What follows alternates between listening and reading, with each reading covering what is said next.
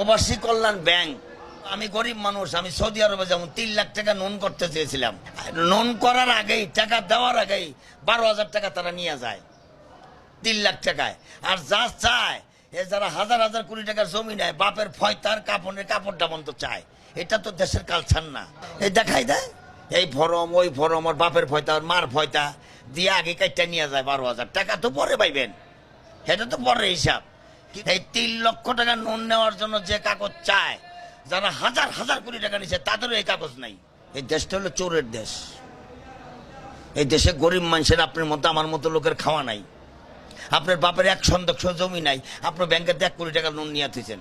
ওই যে অফিসারের লোকে ভাও করছেন, আর আমার 3 লাখ টাকা দিবেন। আমি সৌদি জমাটা গরিব মানুষ, টাকা কোথাইছে 2 লাখ, আর 2 লাখ লাগবে। এরপর আরেকটা জিনিস চাই, টাকা নেওয়ার আগে সরকারি ব্যাংকে চাকরি করে এরকম একজন কর্মকর্তার সিগনেচার লাগবে। ওই কর্মকর্তার 3টা ব্ল্যাঙ্ক চেক লাগবে।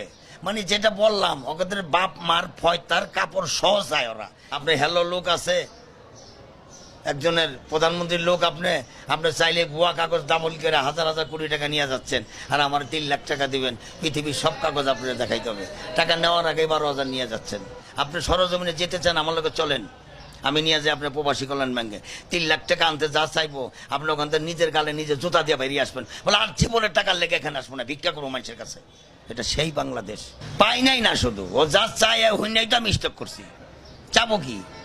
চাওয়ার আগেই তো নিয়ে যাচ্ছে 12,000। এই ফরম, ওই ফরম, এই ফরম, ওই ফরম। তারপর ওই যে সরকারি কর্মকর্তা, মনে করেন আমি গরিব মানুষ, আমি অ্যাকাউন্টারে চাকরি করি, আমি বিদেশ যেমন নিয়ত করছি, আমার 3 লাখ টাকা লাগবো। আমার তো সরকারি কোনো লোক নাই ভাই, আমার তো সরকারি কোনো অফিসার নাই, তাহলে আমি তো টাকাটা পাচ্ছি না। আর আপনি সরকারি একজন কর্মকর্তার ব্ল্যাঙ্ক চেক আপনি তো গভীরতা আত্মীয়তা ছাড়া দিবেন না, দিবে কেউ? তা আমার তো নাই। তাহলে শুধু শুধু মানুষকে হয়রানি করা, এই প্রবাসী কল্যাণ ব্যাংক দিয়া মানুষকে ধোকা দেওয়া না? এই সমস্ত দুর্নীতি বন্ধ করেন ভাই। এই 3 লাখ টাকার নামে মানুষকে আর হয়রানি করেন না।